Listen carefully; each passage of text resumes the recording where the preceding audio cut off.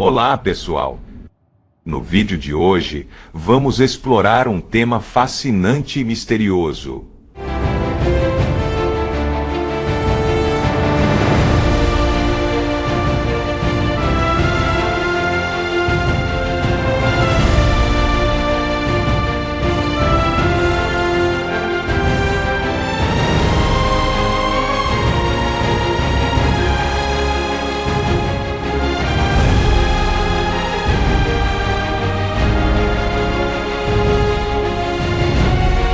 Os gigantes da Bíblia.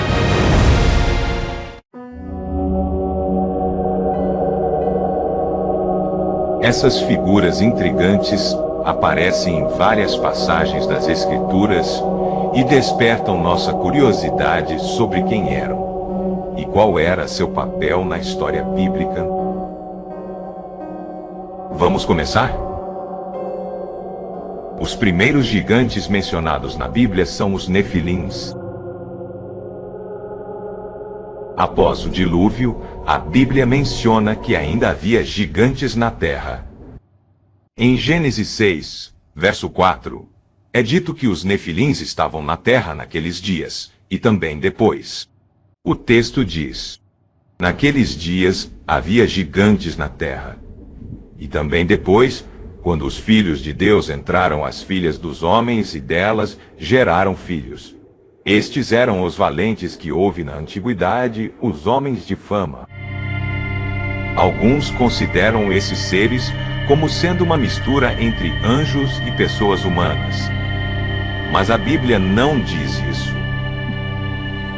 O texto parece indicar que os filhos de Deus eram os descendentes de Sete, enquanto as filhas dos homens eram descendentes de Caim. Esses grupos viviam separados e a diferença de estatura talvez se deva ao maior distanciamento consanguíneo. Os Refaíns são outro grupo de gigantes mencionados na Bíblia, especialmente no Antigo Testamento. Eles habitavam a terra de Canaã antes da conquista israelita.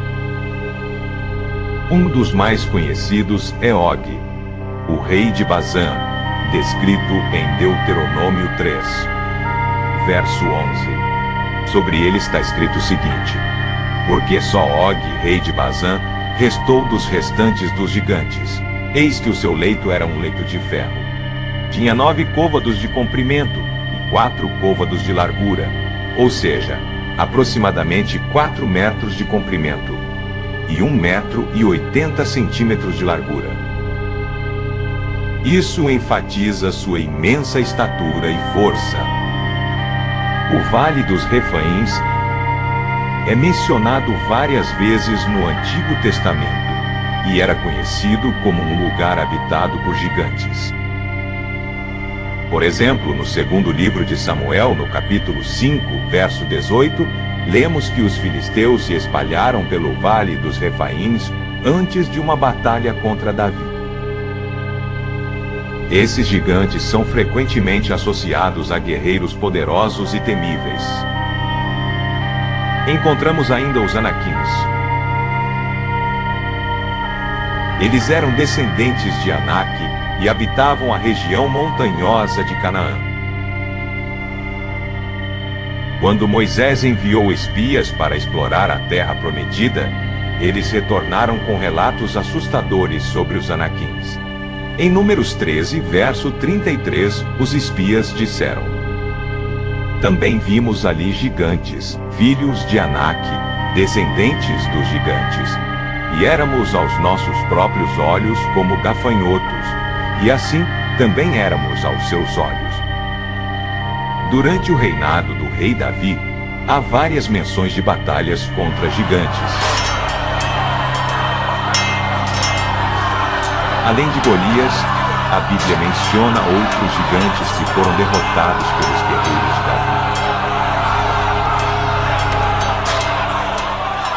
No segundo livro de Samuel, capítulo 21, versos 15 a 22, lemos sobre várias batalhas contra descendentes de gigantes, incluindo um homem com 24 dedos. 6 em cada mão e pé. Essas histórias demonstram a contínua presença e ameaça dos gigantes ao povo de Israel. Mas sem dúvida alguma, Golias é o gigante bíblico mais famoso. Golias foi um gigante de Gade, que servia ao exército filisteu. Ele provavelmente descendia dos Refaíns, um povo aborígene que vivia na região de Amon e que possuía grande estatura. Esse povo foi disperso pelos amorreus e uma parte remanescente se refugiou entre os filisteus. Alguns estudiosos sugerem ainda que Golias possa ter sido um descendente dos Anaquins, que também eram conhecidos pela estatura elevada. A tradição judaica oriunda da literatura rabínica registra muitas histórias sobre o gigante Golias, a maioria delas consideradas como lendas pelos historiadores.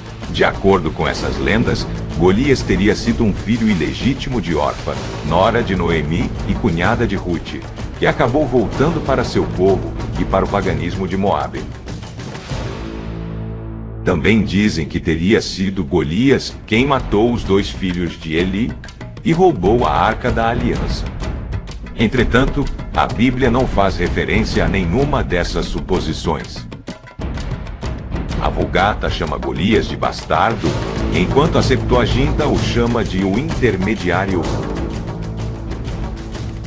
Já o texto hebraico refere-se a ele como o homem dos intervalos, no sentido de ele ser um homem que se consagra campeão no espaço entre 2 exércitos adversários. Golias em hebraico significa exilado ou adivinho.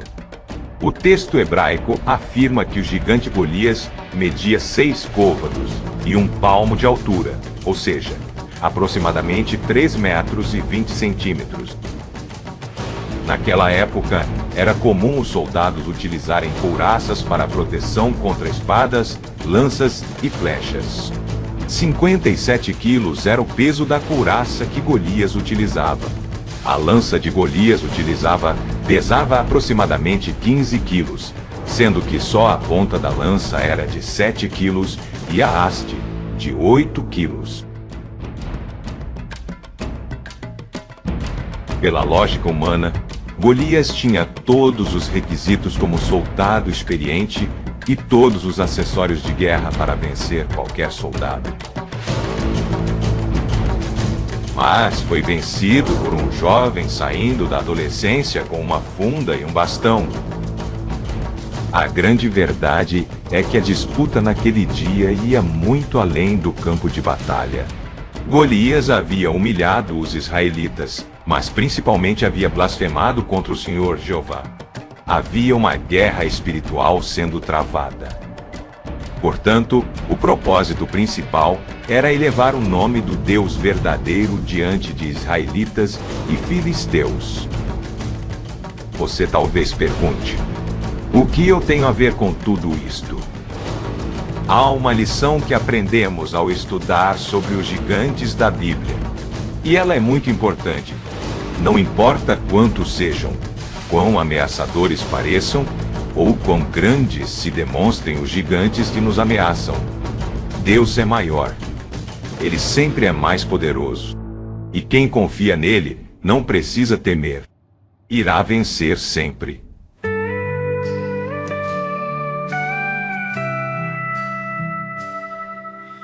Grandes os gigantes são, mas maior é o Senhor.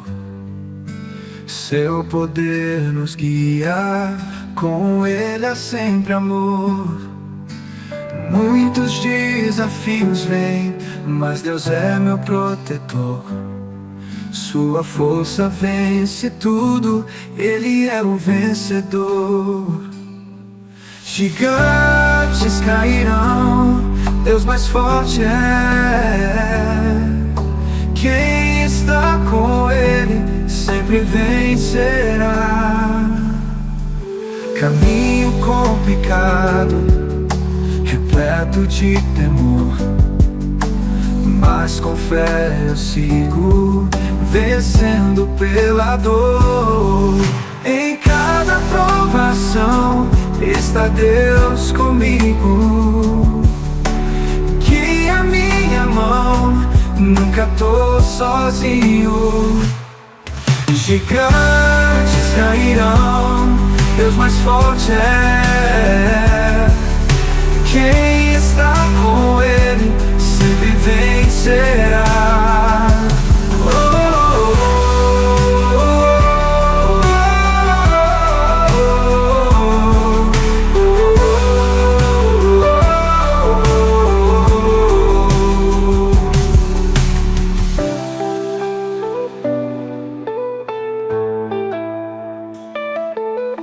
Em cada provação está Deus comigo, guia minha mão, nunca tô sozinho. Gigantes cairão, Deus mais forte é. Quem está com Ele sempre vencerá.